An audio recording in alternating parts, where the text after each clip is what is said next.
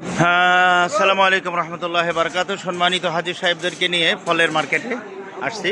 কিছু কেনাকাটা হয়ে গেছে আলহামদুলিল্লাহ। ও তো দিয়ে দাও, বাস রাখো এটা। আমাদের প্রিন্সিপাল সাহেব অনেক কিছু ফল কিনেছেন। আমাদের আর এক ভাই কিনলো 3 ফল আমাদের খাওয়ানোর জন্য। আমি হাজি সাহেবদের জন্য 1 কার্টন কলা নিয়ে নিলাম, সবাইকে খাওয়াবো ইনশাল্লাহ।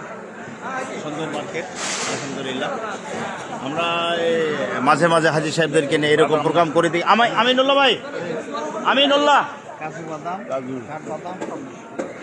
আলহামদুলিল্লাহ ইনশাআল্লাহ তাআলা সবাই সুস্থ থাকেন, নিরাপদে থাকেন। আমাদের সঙ্গে আসবার জন্য দাওয়াত রইল, এটা তো বারবার বলি আপনাদেরকে ইনশাআল্লাহ তাআলা। জি আসেন, চলেন আসেন ভাই ইনশাআল্লাহ। মালিশ এলো খেজুরের মার্কেট মক্কাতে। মামু দে দো, थैंक यू मामू।